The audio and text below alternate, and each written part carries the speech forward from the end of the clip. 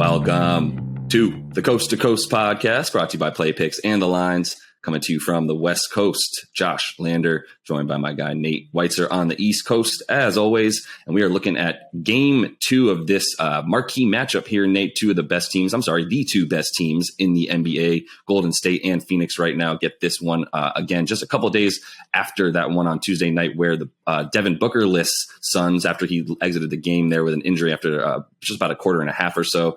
He will be out tonight as well, but we'll be taking a look at that line in Golden State tonight and some of those best bets as well. Nate has his great article up on playpicks.com as well with some of those best bets and player props. And as always, if you do still need a FanDuel or DraftKings account, head to fdpicks.com or dkpicks.com and find those listings in your area, such as what we've got for tonight. Nate, let's get into it. Yeah, huge 9-game slate here with some big injury news to monitor. We'll circle back to this one, but starting off the top, the Heat are +6 at Indiana because they've ruled out Jimmy Butler and they lost Bam Adebayo for about a month with a thumb tear. Bad news there. Cavs are +4 at the Wizards. The Wolves are +7.5 now at Nets. Total continues to rise there despite the fact that Karl-Anthony Towns and Anthony Edwards are both questionable. The Sixers are +1.5 at the Hawks. Magic +2.5 at Rockets, who could be without Kevin Porter Jr. or Christian Wood as they look to extend their 4-game win streak. Pelicans +7.5 at the Mavs. The Celtics, without Jaylen Brown, are +8 in Utah.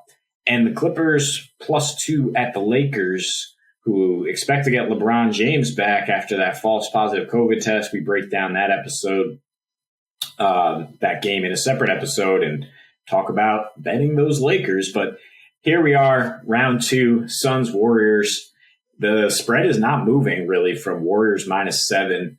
The total has crept up a little bit to 217 at the moment, which both the spread and the total seem a bit high to me.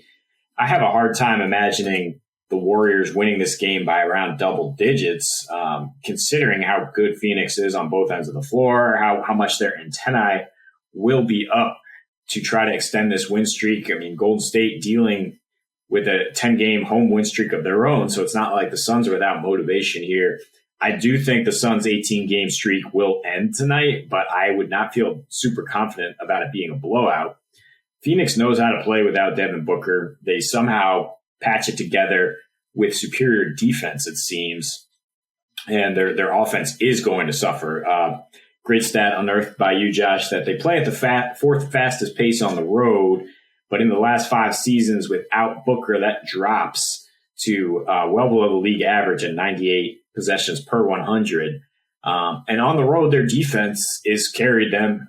They're 3rd in three-point defense, obviously huge against the Warriors, 4th in defensive rating. And between the personnel of Mikal Bridges and guys like Cam Payne, even Cam Johnson off the bench, throwing them at Steph Curry, and then a brilliant scheme cooked up by Monty Williams to really hold him to 2 of his worst shooting nights in their 2 recent meetings going back to last season. I mean, last time out, he had an awful night, 4 of 21 from the field. I think we definitely expect some positive regression there, but I don't know if Steph can blow up or cause this offense to blow up enough to pull away. And it seems like both Andrew Wiggins and Draymond are dealing with some back issues. So that's definitely going to hurt in terms of trying to threaten the Suns with other options besides Steph. So I definitely would lean under here. And because I don't really feel good about 7.5 points, I think I would look at teasing the under up to 221, the spread down to about 3, or, just teasing it with another game, either of those angles. I feel confident about the Warriors -3 or the total at 221, but neither on their own, really. That sounds good. I love that under at 221. Like, I love it a lot. And there's a couple of things that contribute here. The first one, as you mentioned, the Devin Booker stat where the pace, and it's actually last season, it was 5 games last season where they played without him. Pace dropped a bunch, right? And so, that's one thing to look at. The other incredible stat from last season that I have not yet unearthed to you is when Devin Booker played last season, their defensive rating was 112. When he did not play, it was 105. So you can tell, when he's not playing, and the reason I was even looking for those kinds of stats is the thought process of, if you don't have Devin Booker to match the points, you don't have anybody that can combine to match the points that Steph Curry's capable of putting up. You've got to muck it up. You've got to slow it down. Chris Paul is going to start throwing his butt into people and doing some of his, little shenanigans that he does, which honestly, it's hilarious because I've watched Chris Paul play a bunch this season, and he's the only one who's still getting those calls. I feel like, where he's either hooking a play. He's the only one clever enough to do it in a way that still seems like, he's going to get the calls, and he still is getting those calls this season. And I have no problem with it because he's doing it in a really incredible, clever way, and it's fun to watch. And I think that's going to be a lot of what you see tonight is Chris Paul shenanigans, a lot of lobs, a lot of, trying to muck this thing up and slow it down a ton. And the other thing that makes me feel good about the under is that Mikal Bridges is playing, and he's guarding Steph Curry, which we saw what happened last game. Steph Curry probably had the worst game maybe of his career. Well, technically it was the worst game of his career shooting wise. He's never taken 20 shot attempts in a game and missed, and shot less than 20% in that game. And he's shot 20 attempts about 330 times in his career at this point, never shooting below 20% until Mikal Bridges came out, and combine that with just a horrible night shooting for him, which happens for the best shooter in the world and in the history of the game once every 330 games. That's pretty fine, right? But that's going to happen every now and again. Still, it was definitely Mikal Bridges. And one thing that sort of leads me to think it was Mikal Bridges doing his thing. He continues to make his case for Defensive Player of the Year right now. And what he did before he guarded Steph on Tuesday night to that degree was pretty much the same showing against James Harden and the Brooklyn Nets, right? When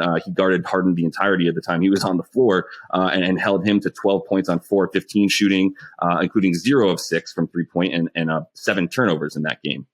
And that was right before locking Steph up. So I think though he's capable of that, and he'll continue to be able to pull things like that off. I do still think that they win this game, the Warriors do. And so I would feel great about the tease you mentioned because of the fact that I want to get that total down a bit. I honestly think you can still take dubs and under, maybe sprinkle a little bit on that, or if you prefer the money line dubs and under there. I don't, 217 and a half doesn't scare me either. 221 makes me feel like it's a lock. So maybe tease it, but still sprinkle a bit on that money line and under and get that about plus 150 odds on your money there on FanDuel. Yeah, I would do that for sure. I think this screams, kind of the opposite result we saw in Phoenix, where Golden State only scores about 105 or less, but they win, and they win on defense. And that's what they've done all season. Best defensive rating, regardless of venue, but at home, they're just lights out, allowing 99 points per 100 possessions. Nobody else in the NBA can really sniff that on a consistent basis. And 9 of the last 10 meetings with these teams have gone under, because it's just such a playoff atmosphere every time they get together, especially right now as they're eyeing each other as, potential Western Conference Finals, meeting up there, the division game for what that's worth. It's just they're jockeying for seeding already. It's just such a big game that I think we expect more of playoff type basketball here in December.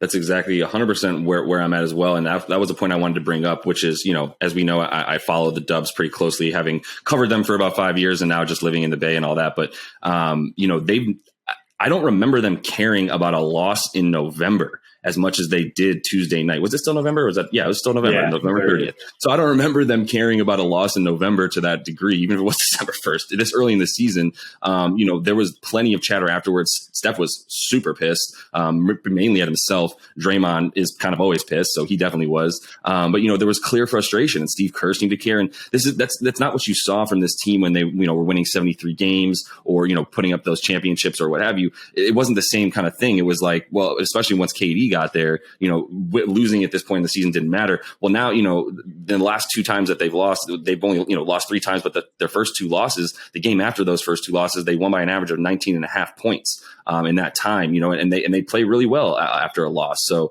and that rest advantage as well, which I think is going to be huge tonight, considering they don't have Booker. So it doesn't, once again, that spread doesn't scare me very much. But if you want to get that guarantee, go ahead and feel good about a teaser there. And then, as far as props to that point, I think you do consider Steph, but I still think this is going to be enough of a choppy game that 28 and a half points feels like a lot tonight with Mikal Bridges guarding him to that degree. People don't score 28 points when Mikal Bridges is guarding you for 7 to 10 minutes a game. So that's not something I feel great about. But yeah, once again, Ayton is a guy that we targeted last time and is a guy that I would target once again just because of how big he is. There's nobody on the Warriors. Kevon Looney's 6'9" and plays under the rim. Draymond, as good as he is at guarding bigs, is still only 6'6". And, Draymond, as good as he is, can't handle guys the size of legit 7-footer with that type of skill and agility. I think he's going to continue to get his boards and points tonight, and would definitely target those on FanDuel. Getting over 11.5 boards feels great tonight, and then even him to just get a double without the victory or anything like that, still getting you over that over even money. So some pretty good juice there as well. That is all the time we have for today. Make sure you are liked and subscribed to that page, as we've got a couple other videos up for you, including our player props video that we are killing on right now. So until we see you next, happy betting.